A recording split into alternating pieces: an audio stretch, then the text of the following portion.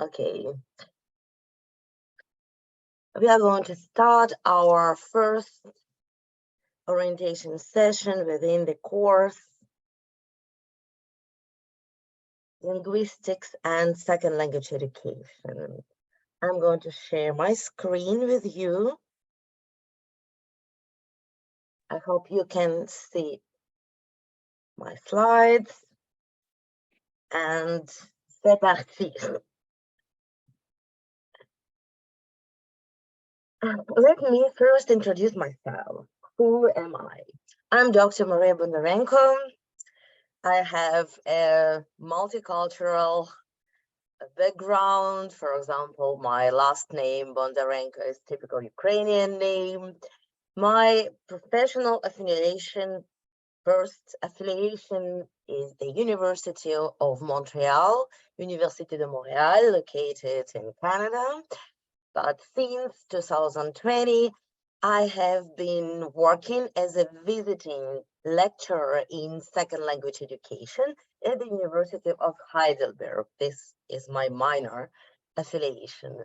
Mostly, I've been working within different supported international teacher exchange program, a kind of Erasmus, but for international program exchange, but for teachers, university teachers. I am second language teacher practitioner. My specialization is Russian as foreign language and French as foreign language. And also I have been conducted some research related to second language education. And my research interest in general second language education are the following. This is cognitive second language pedagogy, pedagogical strategy based on knowledge from cognitive science, cognitive psychology, cognitive linguistics. The second point of my interest is beginners second language pedagogy, how to apply different existing teaching strategies specifically to beginners levels. And next one is linguistics and its impact on second language methodology. Specifically, I am interested in verbs of motion in the light of cognitive linguistics and in approaches to teaching verbs of motion inspired by cognitive linguistics. And also at the University of Heidelberg, I have been teaching courses, different courses for future second language teachers. So I've been involved in second language teacher education too. This is me. Oh yes, of course, my additional field of expertise is instructional design and technology. I am specialized in e-learning, how to create online courses. I have prepared some topics I would like to discuss with you today. Let me introduce these topics. The first one is the nature, the type of our course. It's a self-learning, e-learning course. What are advantages and disadvantages of self-learning, e-learning courses? The second topic, we will discuss the current status of our course. It's a pilot project under construction. What impact it may have on your participation. Next, we will move on our course learning objectives. I will introduce you the core idea of the course, in other words, an organizing idea of the course, the idea which organizes all different topics and defines the structure of our course. Next, it's logical to discuss the course structure, and finally, assessment formula, how your participation will be assessed in this course. So we're starting by the discussion on the type of our course. Our course is hybrid e-learning course, mostly based on self-learning asynchronous course with additional synchronous sessions. What does it mean precisely? There are two terms, the important terms we have to distinguish here. E-learning, our course is an e-learning course, online course, and our course is a self-learning course. What does it mean? The term self-learning course refers to learning strategy, to a specific learning strategy. This strategy can be defined as gathering, processing, as retaining information without taking the help of another individual, without visible control from the part of a teacher.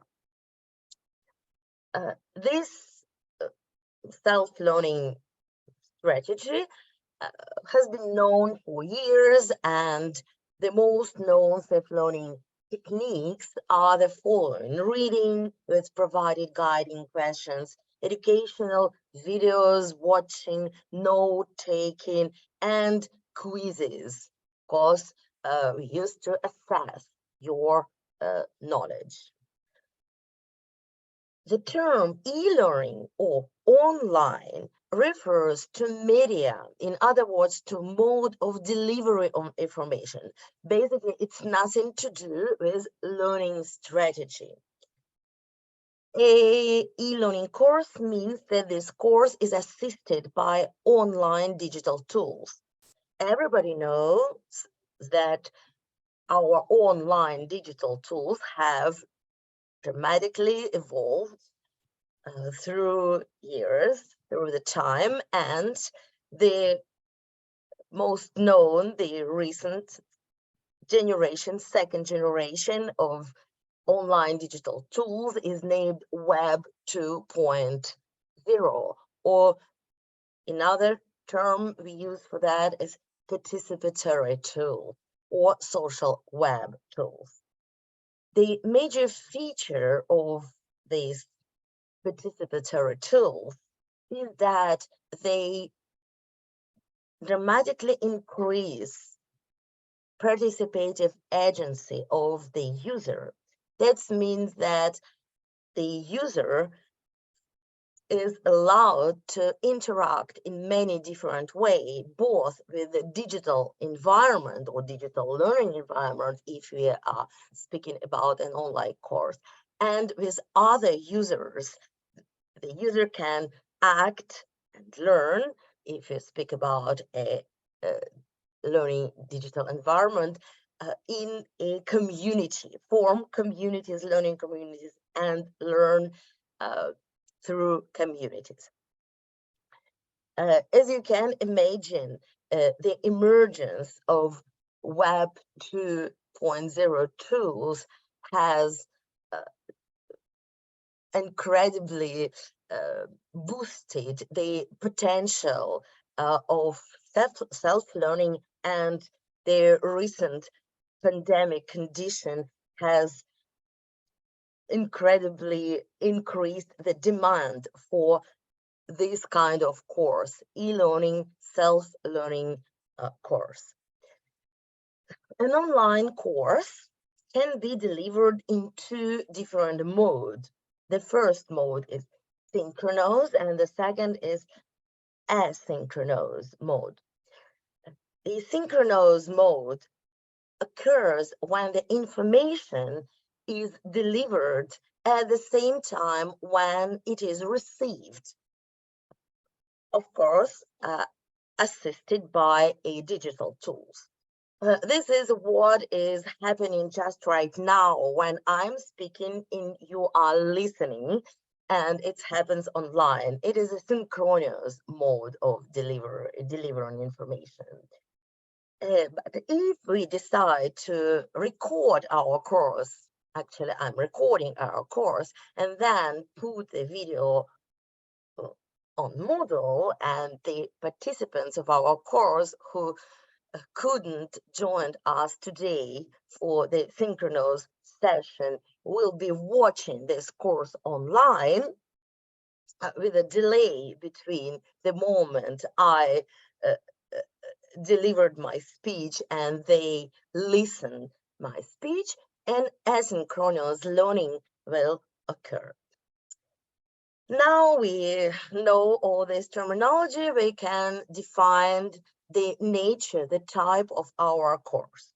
Our course is hybrid, mostly based on self-learning strategy and asynchronous online delivery mode assisted by Moodle.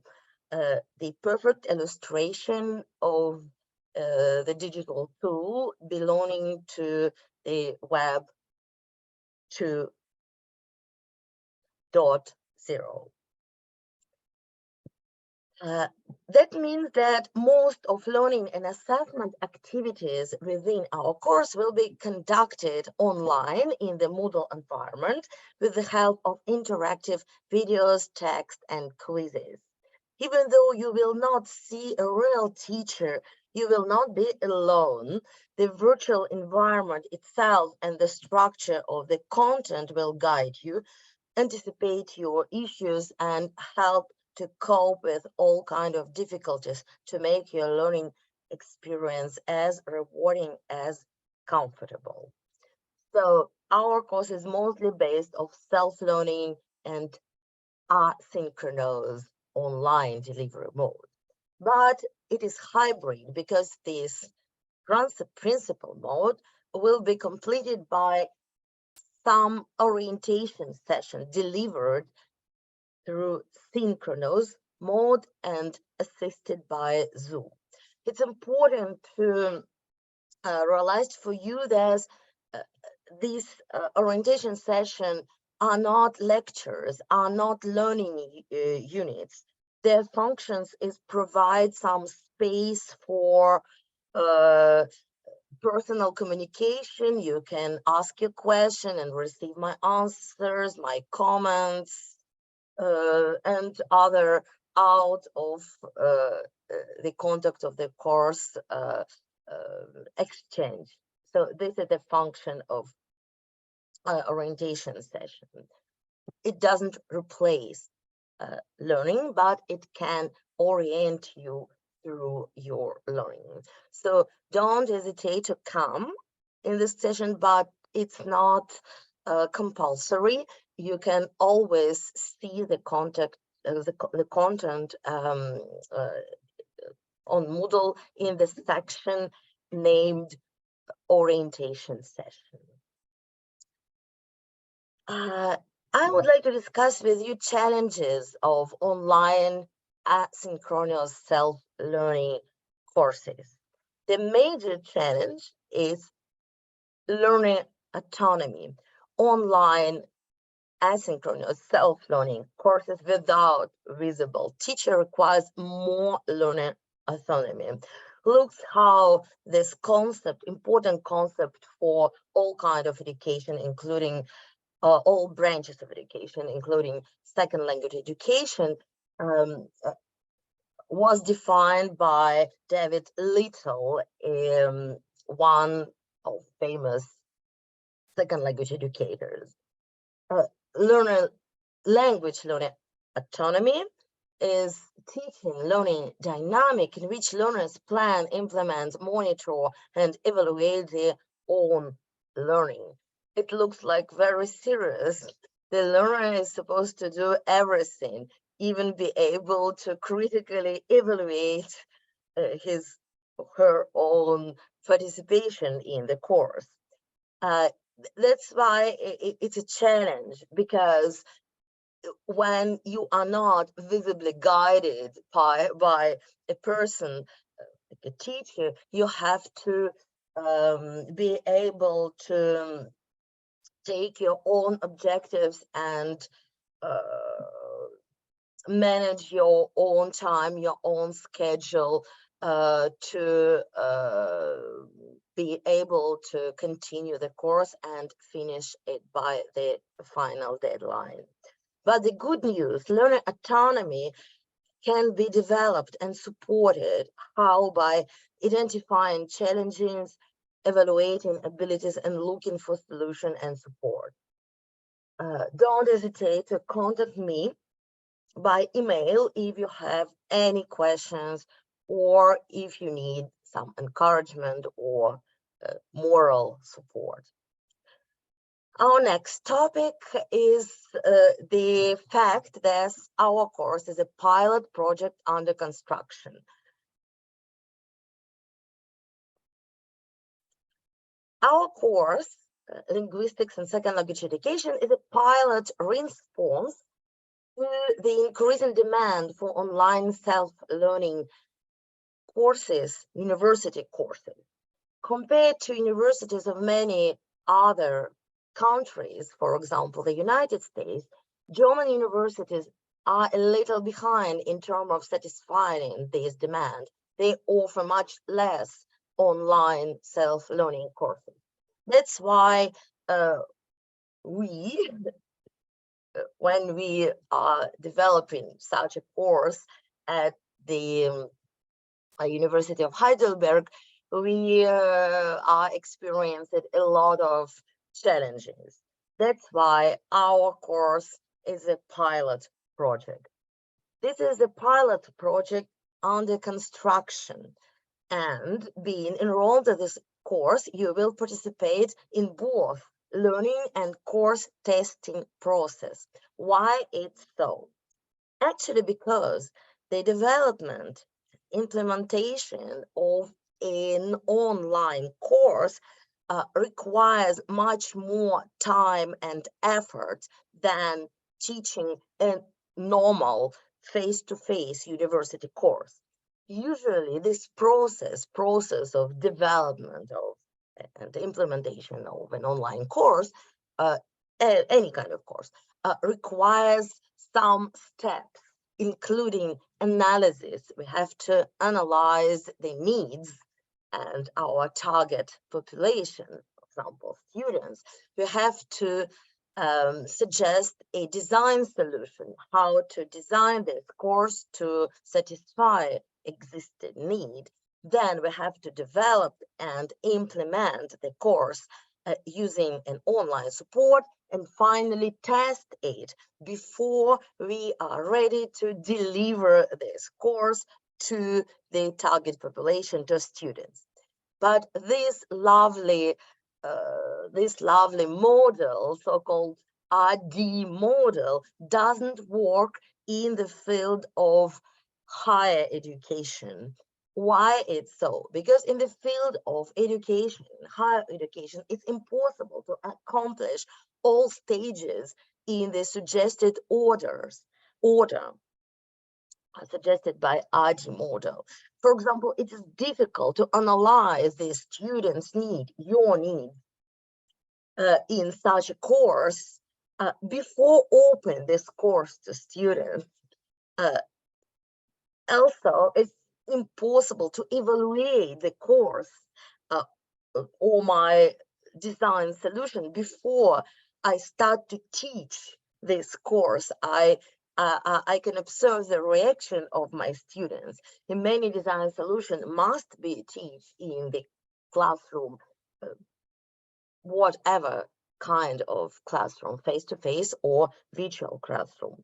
Teaching a university course is always designing, testing, and modifying its context at the same time. That's why you are going to play a very important role for this course. You will be the first cohort of students taking the course and participating in the testing process. What impact this might have on your participation? To make your participation easier, because we understand that when we participate in something which is still under construction, it can be more stressful maybe. to make your participation easier and more comfortable for the first prototype, first cohort of students, we adopted a sample assessment model. This model mostly based on the fact of your active participation. Just don't be worried, don't be stressed about your grades. Be indulgent to all kind of bugs and inconsistencies and maybe delay in delivering in delivery of learning units. Do not hesitate to contact the support team, me and my assistant, to discuss your difficulty, ask question, or report inconsistency and technical bugs, and everything will be okay. Everybody will finish this course with a good grade if you participate regularly in all activities suggested within the course. The next topic I would like to discuss with you is learning objectives of our course. From the learner autonomy perspective, it's always very important for participants of an online self-learning course to clearly understand learning objective, one or many of this course, why we are doing it, what is our final goal.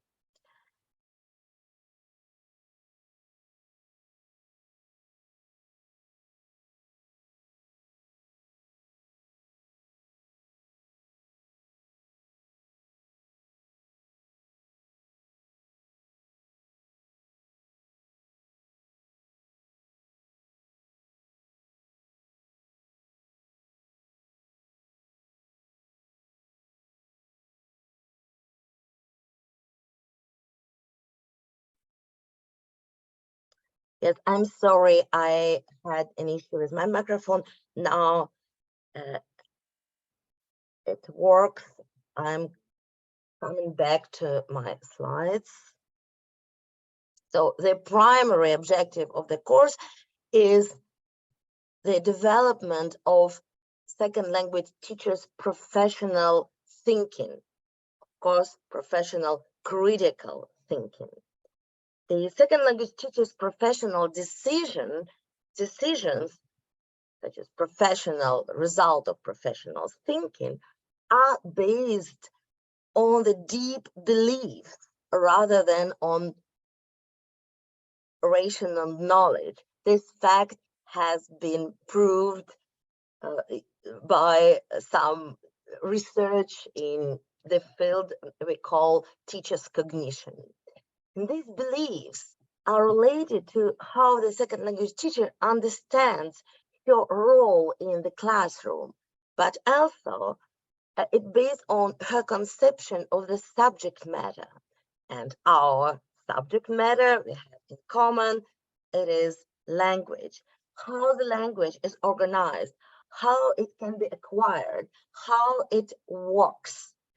All these beliefs, a preconception, will influence the way how we teach our choice of learning and teaching strategies and activities, the methodology. Of course, we speak about language in general, not only about a specific language each of you is going to teach. The scientific discipline that studies languages is linguistics. It is quite normal to assume that linguistics and second language education are related somehow, but how exactly they are related?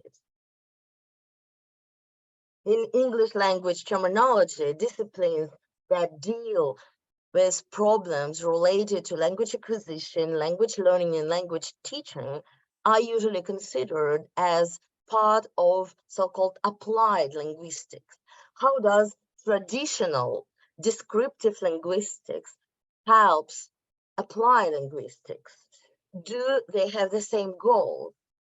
Where do the objectives of linguistics and those of teaching a foreign language diverge? How does linguistics influence different approaches to teaching languages? In our course, we will try to reflect on all these questions and many others. Question with the goal, not with the goal of finding a definitive answer. This is impossible, but to activate and deepen your professional critical thinking in regard of the nature of the language. And in our future professional works and your future professional work, this thinking will help you to make professional decision and evaluate the teaching strategy you use to achieve your professional goal, which is helping people to acquire languages.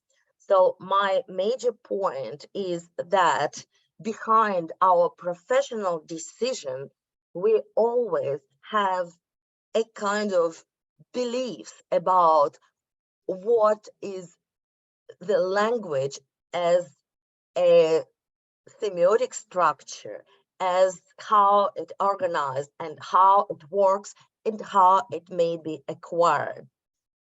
And on these preconception and beliefs, we are going to build our professional decision, the choice of methodology.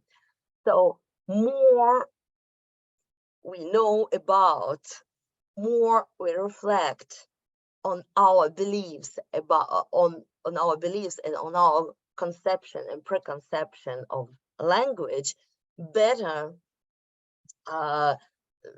and simpler will be, a more conscious will be our professional choice related to methodology, teaching methodology.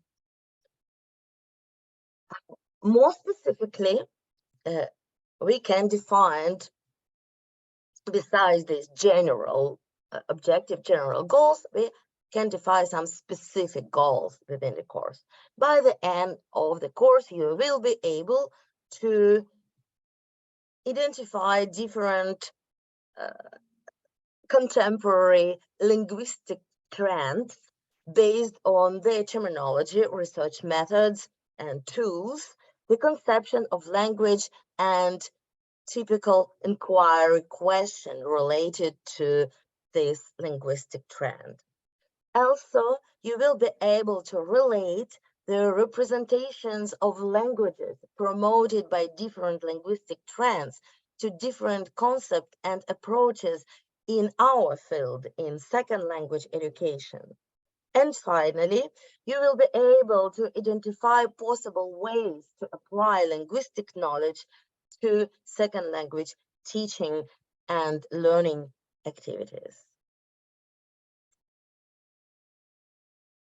The next topic is the core idea of the course. Core idea, by core idea, I mean the organizing idea, the idea which will help us to build a structure of our course, to relate different parts of our course. And I'm going to share this idea with you. Linguistics can influence second language pedagogy in many ways. I decided to choose two major ways to present it to you. The first way is those with which second language educators are very familiar. I am speaking about traditional formal linguistics. Identifies specific features of languages we teach. Usually, this knowledge of our specific language is available in traditional academic grammars. This description seems to have mostly stayed the same for years. For example, language which has grammatical cases doesn't change grammatical cases during a observable period, for example, 100 years. The same we can say about grammatical tenses, verb conjugation models, and syntactic construction. They remain nearly the same. But the paradox is that despite second language teachers are expected to know academic grammars, this is our professional knowledge in the classroom, we never teach the target language in the way the grammars present it. There are big differences between formal linguistic and second language teaching practice regarding objectives and point of view on language. We can call it epistemological differences. The professional second language teacher must,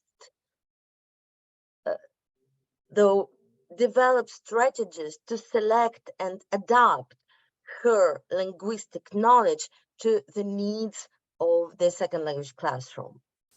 I like very much how Stephen Krashen, one of the famous second language educators, the author of Natural Approach to Language Teaching, how Stephen Krashen outline this paradox in the chart you can see in your screens. He distinguished different circles of linguistic knowledge. The outer circle represent the rules, for example, rules of which govern organize the speech production in English language. The second level, there's a formal linguistics knowledge, how scholars describe and this language, for example, English, this rule in their scientific articles. Then applied linguistics knowledge. We can find this knowledge in our textbooks and grammar for foreign students. And second circle, the best knowledge second language educator has. And finally, in the center of the circle, rules we really teach, we need to teach in a second language classroom to help our students to develop skills, communicative skills in our target language.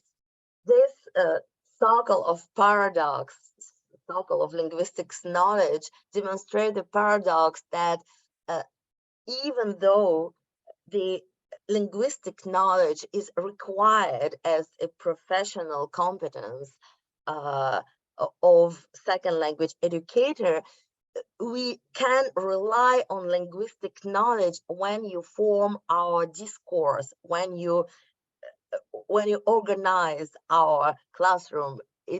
We have to develop the capacity to, based on some criteria, to select which kind of knowledge, linguistic knowledge, formal linguistic knowledge we can use, we can explicitly teach or implicitly teach in second language classroom.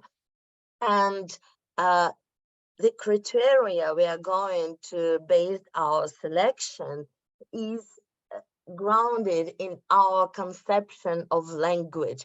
How do we understand the grammar? How do we understand the phonetics, the phonology, and so on? But besides, yes, there is, you can see again Krashen's circle of linguistic knowledge.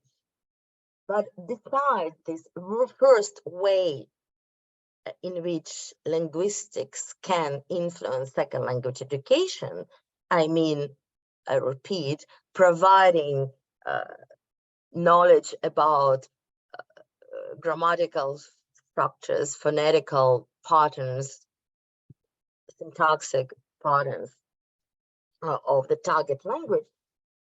There is another way how the linguistics can influence second language pedagogy. And this way is often hidden from second language educators unless they have professionally studied linguistics.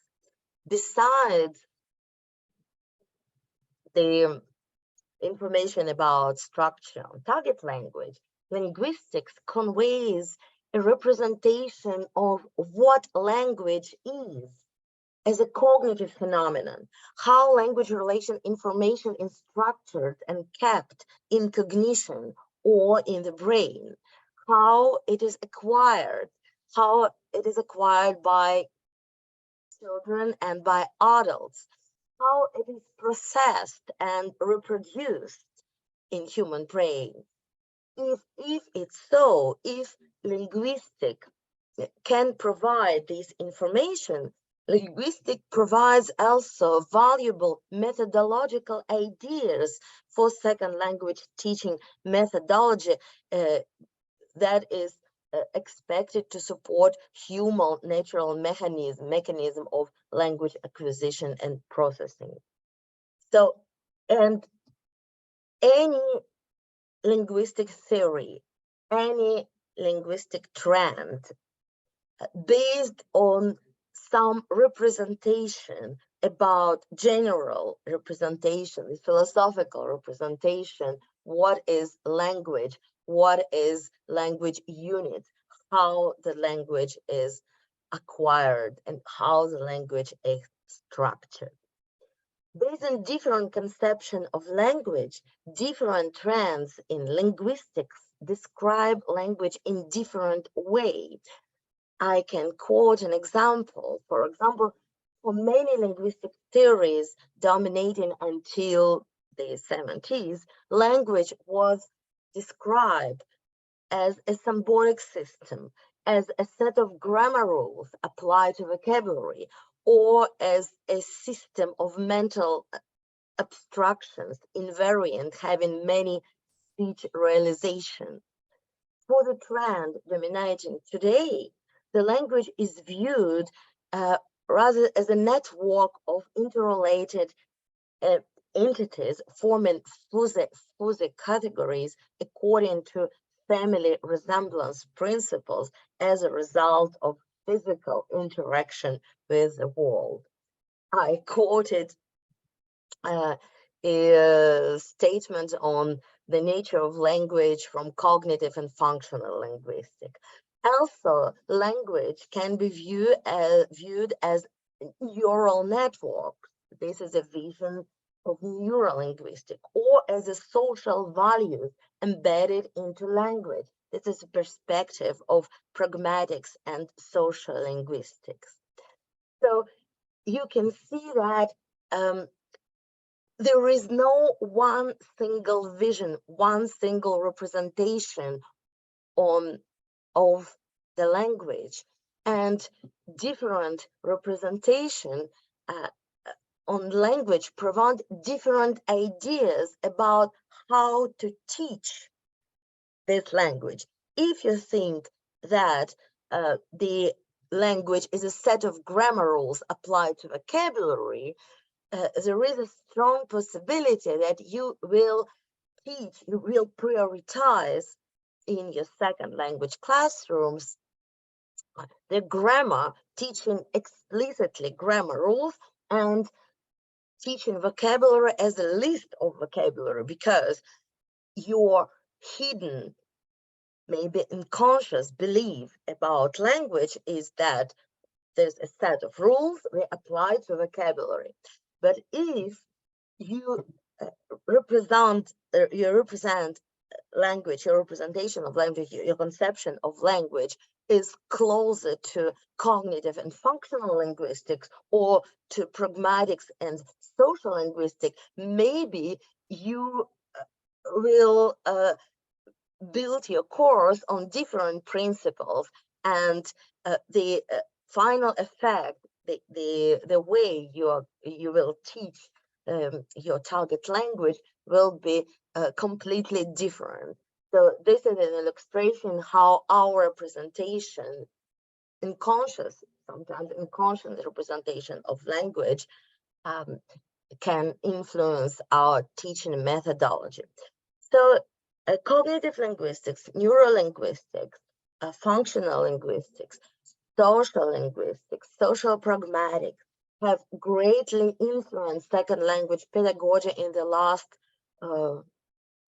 14, 16 years. Among others, they explain why language descriptions provided by the formal grammar are often unsuitable for the second language classroom if our second language classrooms aim at second language acquisition, not learning, but acquisition, the ability to use the target language in a variety of social context, communicative situation.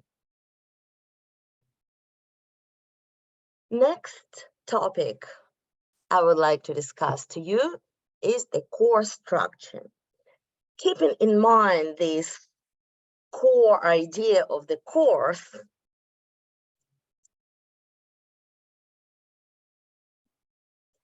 and the second idea, we are going to adopt a following path from linguistics theories, from linguistics ideas toward second language teaching practice. And our course will be divided in several units. I'm going to briefly present each unit by reading its name. We will start with developing the core idea I just presented to you, to realize that linguistics has, as a study and research field, has multiple objectives. We will start with idea that defined the development of linguistics during the last century, 20th century, that language is a semiotic system. And we will discuss further how linguistics can influence second language acquisition. It's an introductory model, the model introducing us to the subject matter of the course. The next unit will be about famous contrastive analysis, its linguistic and psychological roots, what representation on language, what conception of language and language acquisition underlies the contrastive analysis, what role the contrastive analysis played in teaching language, and not only language, but also culture in second language classroom. And we're finished by observing how the contrastive analysis methodology and principles have evolved into contrastive teaching in the 1990s under the influence of cognitive approach in linguistics and psychology. The next unit will be about generative grammar and its influence on second language education. The next one will be on applied cognitive linguistics. We will see basic concepts, trends, and how traditional second language teaching aspects, such as grammar, for example, can be reviewed from the perspective of cognitive linguistics. What does it mean teaching grammar and teaching vocabulary from the perspectives of cognitive linguistics, which doesn't use this terminology, by the way, grammar and vocabulary. The next unit, it will be on corporal linguistics, which is a tool of applied cognitive linguistics, and how the contemporary corpora studies can help to review some aspects, some traditional aspects of teaching a second language in the classroom. The next units will be On neurolinguistics, it's concepts, it's ideas, it's research methods, and we will consider within this course the interesting conception between double memories hypothesis, but conception of double memories hypothesis, declarative and procedural memories, which is underlying second language acquisition and the role of each of this memory in second language acquisition. The next unit will be on applied social linguistics and pragmatics.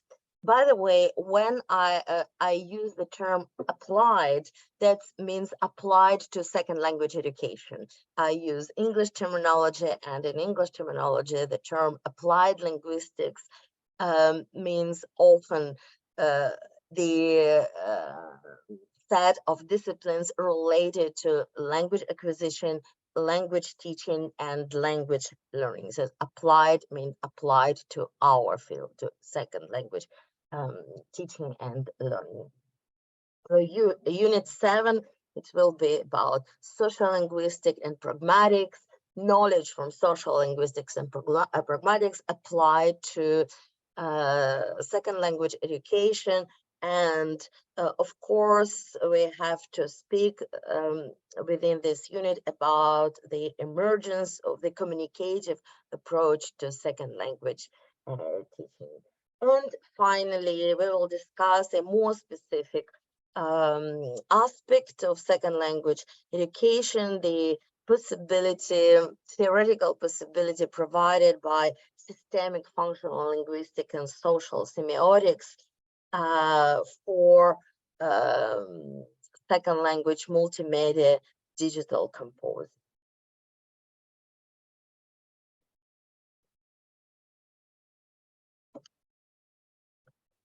My next topic and final topic is the assessment formula. Our assessment formula is adapted to the number of credits you are expecting to earn for the course. We have many participants with many different expectations. Some of you need 2 credits for this course. For you, the assessment formula is the following. Your final grade will be based on the best results of mini tests integrated into each learning unit. It is a formative and summative assessment at the same time. This assessment is formative because you can make as many attempts as you want to achieve the best result. So if you are not happy with your grade for a mini test, you can do it as much times as you wish. And of course, this is a tool for learning, for improve your understanding. For 3 credits, your grade, if you need to earn 3 credits for the course, we will add to the best result of mini test, a second kind of evaluation, final test composed of selected questions from all mini tests of the course. This final test will be suggested by the end of the course. The end of the course, I remind you important dates. It's September, mid-September, September 15, and doing every week on regular basis your mini test, you prepare yourself to the final test. If you need more than 3 credits to these 2 kinds of assessment, we will add another one, additional reading, additional text suggested for reading, accompanied by additional mini test or task. Everything will be explained and indicated on Moodle, what you're supposed to do for what numbers of credits. All evaluations will take place online. We don't have any face-to-face meeting. You have no specific dates, and you do the test at your own pace. You follow the course on your own pace. That's why you need some learner autonomy to be able to organize your pace, organize your schedule, organize your time. However, you must respect only one deadline. This is a final deadline. All assessments should be finished and submitted by September 15.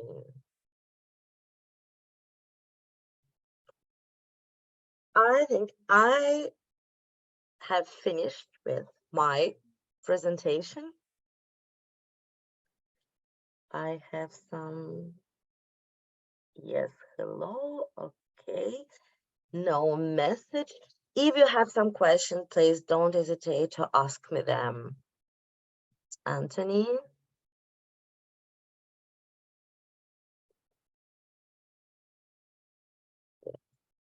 We finished very quickly because I understand you have nothing to say today.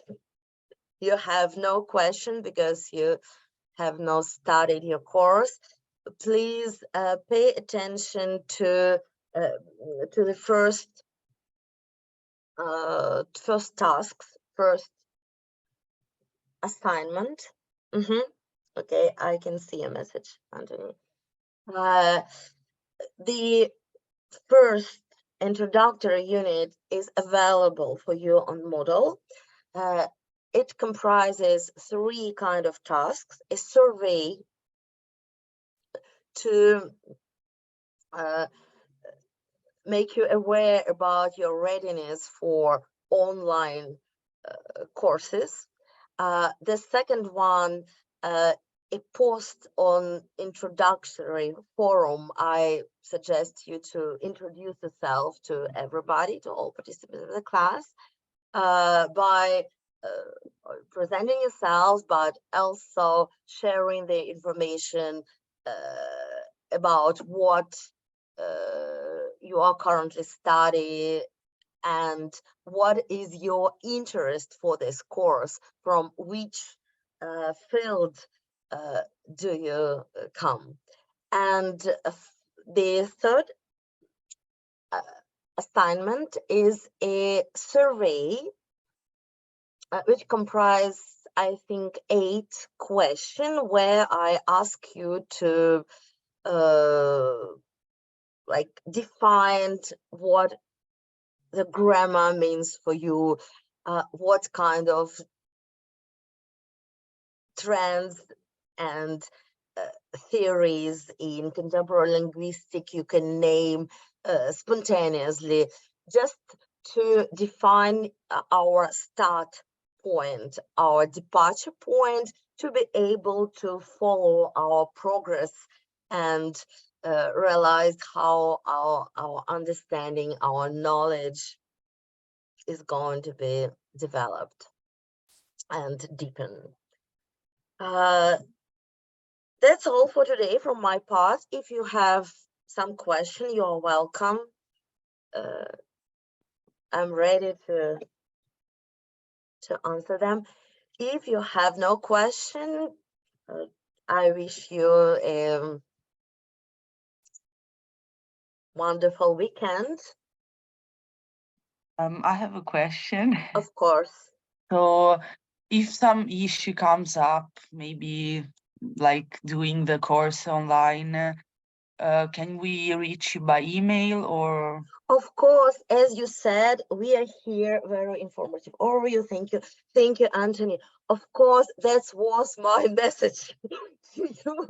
I repeated many times and you got it. Yes, of course. I invite you strongly to contact me for any issue related to the content, related to understanding the task, what you're supposed to do, how you're supposed to do, or your like like you need a discussion. Of course, our way to communicate between me and you, the first way is an email, but if needed, we can schedule a Zoom meeting too. So don't hesitate to do that. It's important when you are in a self-learning online courses, the most important things is to to communicate, to not get lost, to still communicate with somebody. This somebody person, it's myself and my our assistant, teacher assistant. You can find my email and her email too. In the beginning of the course, there is a section, the first section, important information, and in this section you can find the link to Zoom sessions, the contact information of our support team, my email, and Sophia's email, our teacher assistant's email, and yes. Until now, that's all you can find there.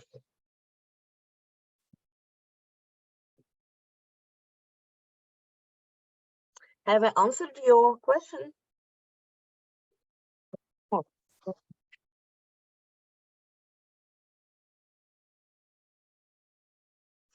Do you have other questions?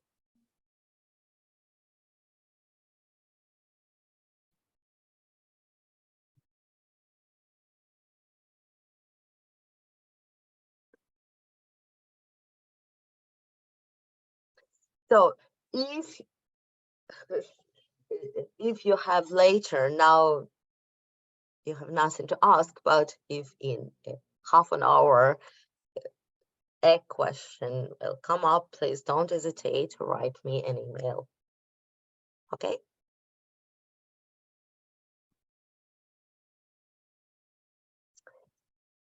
Okay, with your permission, I'm going to close our meeting.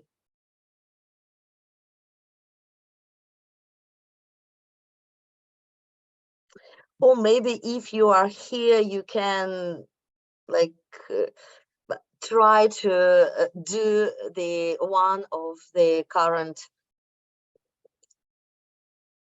assignments to introduce yourself and describe your interest for this course. What are your expectations? Just if you wish.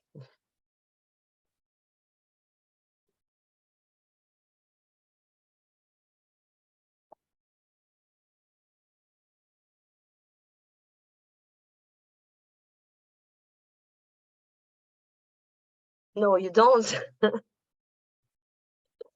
Okay, in this way, I hope on the next session you will be more willing to speak. I'll just go ahead and post it later. Okay, no problem, Anthony. It was just because we have 30 minutes left, 30 minutes left, and I thought that maybe you want, of course, no problem. So I wish you a wonderful weekend and see you later. Let's keep in touch. Let's stay in touch. Yes, bye.